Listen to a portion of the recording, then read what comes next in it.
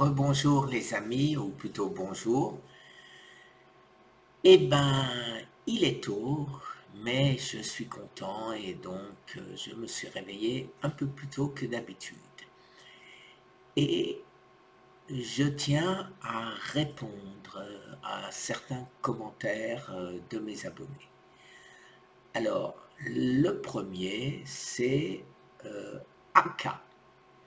Alors, Aka, je pense que tu es dans la médecine, tu peux être peut-être oncologue, ce qui serait tout à ton honneur de venir voir, écouter, et essayer de comprendre. Mais effectivement, bien que tu dises le contraire, tu serais vraiment un des rares. Alors, effectivement, les médecins, et plusieurs me l'ont écrit sur mon email, Survivre au cancer, ils ne veulent pas que je les cite et ils me disent la chose suivante. On est formaté, oui, mais on est obligé. On est obligé de suivre les protocoles édictés par les hôpitaux dans lesquels on travaille et on n'a pas le droit de déroger à ces dictates, je peux appeler ça comme ça, et si on le fait, on peut se faire taper sur les doigts. Chaque année, il y a de nombreux médecins qui sont remis sur les rails, menacent de suspension par le Conseil de l'ordre parce qu'ils n'ont pas appliqué les directives de traitement, les directives, c'est des ornières graves. Alors, peut-on en vouloir aux médecins? Certainement pas, parce que c'est leur métier et comme toute personne normale, eh ben, on travaille dans un cadre et il faut respecter ce cadre. Ce manque de curiosité, je ne le reprocherai jamais aux médecins. Les médecins n'ont pas le droit, point final. Il suffit de voir autour de nous, il suffit de voir les réactions de la FDA et autres, je ne sais pas exactement qui réagit à quoi, mais regardez Henri Joyeux, par exemple, regardez tous les médecins brimés par notre administration, et c'est pas normal. Alors, voilà la raison principale, et je le répète, et je le martèlerai encore. Pourquoi est-ce que je veux faire admettre définitivement par nos gouvernants que le cancer est une maladie métabolique? Parce que quand ce sera admis, quand nos administrations constateront et n'auront plus d'œillères, et bien à ce moment-là, tout ce qui se fait à travers le monde ne pourra être que légal en France. Est-ce que vous trouvez normal que l'artéséminine, qui a eu un prix Nobel, Yu Tu, une chinoise, soit interdite en France? Expliquez-moi.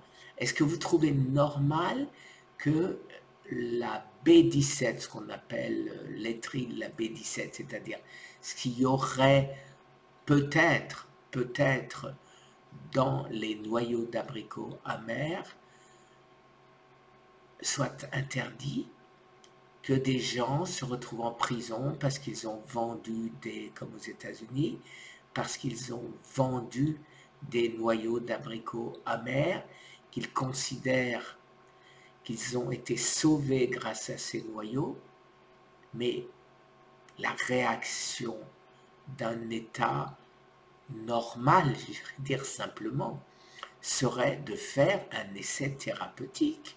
Oui ou non, les noyaux d'abricots amers soignent-ils? Et pour tout ce qu'on fait, tout ce que les gens font pour s'en sortir, pourquoi ne fait-on pas d'essais thérapeutiques? Eh bien, c'est extrêmement simple et vous le savez, vous connaissez la réponse.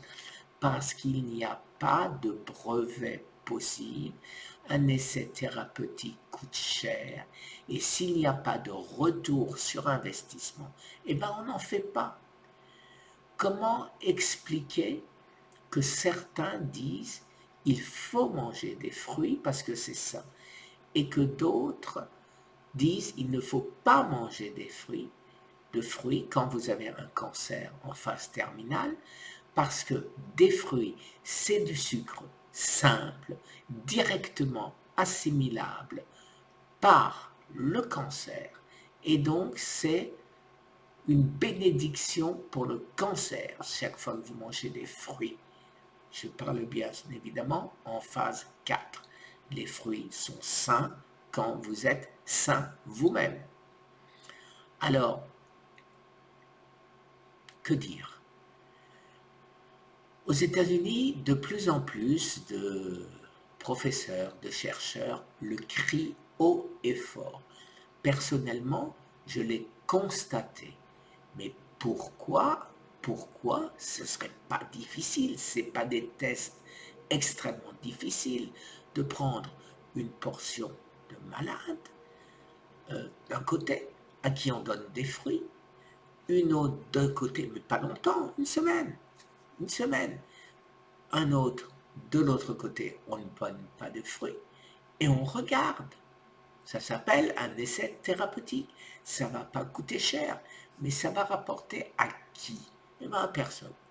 À personne parce que, bon, alors qu'est-ce que je dois faire? Qu'est-ce que tous les condamnés, les condamnés, les mourants, je sais comment les... Vous avez vu derrière? C'est là derrière. Ouais. C'est le chien de ma fille qui est en vacances.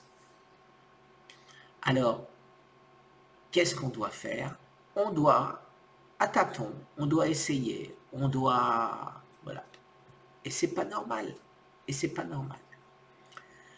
Alors, pour être plus efficace, vous savez que j'ai en tête une conférence. Je me suis rapproché d'autres associations, en particulier une pour l'instant, association Loi 1901, qui a pour but de soigner le cancer. Et nous allons essayer de faire ensemble une fédération des associations contre le cancer, pour trouver que faire pour le cancer. Alors, pour ce faire, eh ben, on me fait comprendre de plus en plus, et moi, je suis bouillant d'impatience, je veux sauver des vies, et donc demander, je répète, à ceux qui sont mal, à ceux que j'ai pu voir dans la salle d'attente de mon oncologue, en mauvais état, demandez-vous pourquoi je suis comme je suis et pourquoi vous êtes comme vous êtes si vous êtes malade. J'ai vu des gens qui ont des cancers moins avancés que moi, en très mauvais état, 6 mois après. Il y en a plein, je l'ai déjà dit, qui disparaissent des visites régulières. Et pourquoi? Eh bien simplement parce qu'ils ne font rien, parce qu'ils capitulent. Alors ne capitulez pas. Demandez à votre oncologue de regarder mes vidéos. Demandez à vos médecins, qu'est-ce que je risque à faire comme votre samouraï? Si ça peut m'aider, pourquoi? Pourquoi refusez-vous si vous refusez? Alors, tout ça m'a amené à une conclusion. Une conclusion, c'est que ma conférence, mon congrès contre le cancer que je voulais faire en février, je le ferai un peu plus tard. Non pas que ça me réjouisse, mais simplement pour que j'aie en main la preuve définitive de ce que je fais marche, à savoir ma scintigraphie et mon CT scan. Je suis en train de me renseigner avec l'aide de malades survivants depuis des années quel type de scanner ou quel type de scintigraphie il faut faire. Il y en a différents genres. Et je veux faire celui qui est le plus précis possible. Pas qu'après, on me dit, ouais, mais avec ça, on ne voit pas tout. Donc, je veux le plus précis possible. Et donc, je me renseigne, ce sera certainement en mars. Quand j'aurai mes résultats, je ferai, j'organiserai avec l'aide de beaucoup d'autres un congrès. Un congrès pour expliquer, non pas qu'aux Français, mais au monde, expliquer qu'il n'y a pas qu'une manière de sortir d'un cancer phase terminale. Il faut arriver à fédérer tous les types de traitements.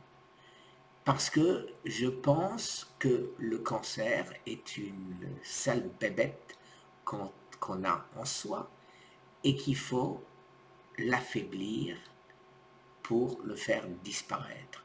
Alors l'affaiblir, effectivement, on connaît certaines pistes, on les connaît. On sait qu'il ne vit qu'en milieu non oxygéné. Donc, qu'est-ce qu'il faut faire? Eh bien, il faut prendre des aliments, c'est pour ça du verre, de chlorophylle, qui oxygènent.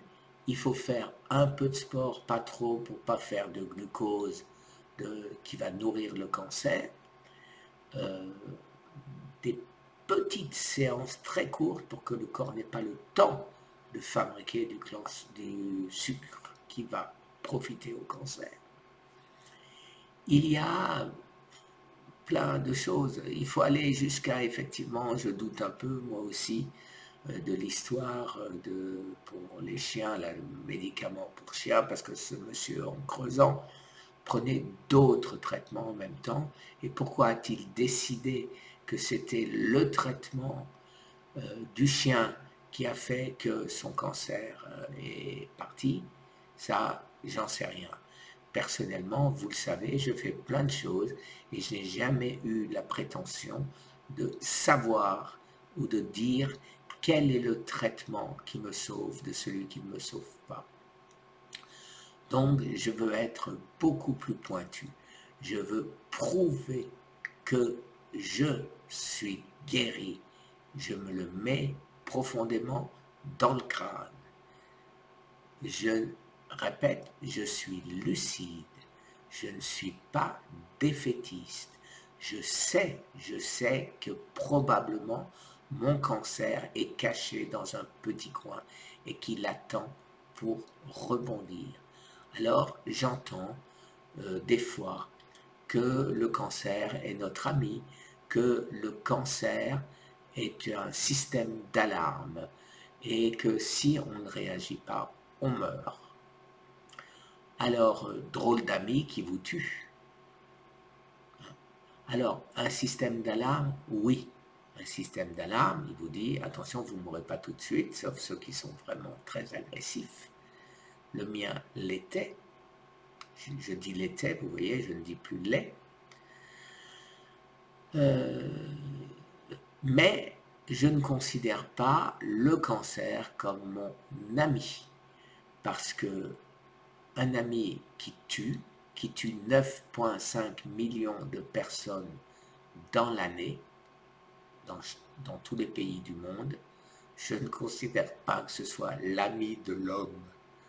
Alors, par contre, qu'on l'accueille par sa manière de vivre, par les bêtises que l'on fait de tout ordre, qu'elles soient mentales, psychologiques, physiques, la nourriture, l'amiante, maladie génétique, l'amiante, la peinture au plomb, la cigarette, maladie génétique, le cancer, le dogme. Bizarre, bizarre. Mais, messieurs, nos gouvernants, admettez et aidez-nous, aidez-nous.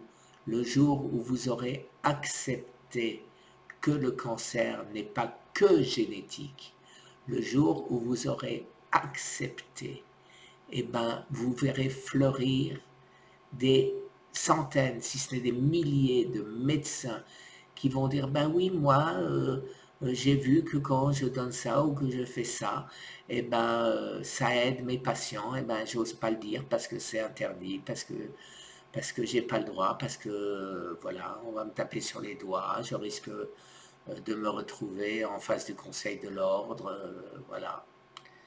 Eh bien, toutes ces personnes qui veulent apporter quelque chose, laissons-les apporter ce quelque chose. Laissons faire les médecins. Il y a des quantités de médecins qui m'écrivent, qui me demandent de me taire quant à leur identité, parce qu'ils ont peur des réactions des gens avec qui ils travaillent et surtout des autorités qui les surveillent. Alors, je vais dire quelque chose de désagréable. Vous savez certainement que ou vous ne le savez pas, le Conseil de l'ordre a été instauré sous Vichy.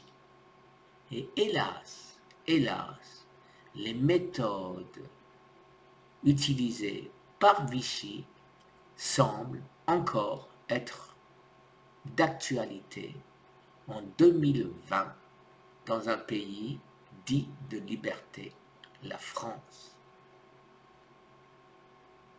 Voilà, corrigeons le tir les amis, corrigeons. Merci, une très très bonne journée. Au revoir.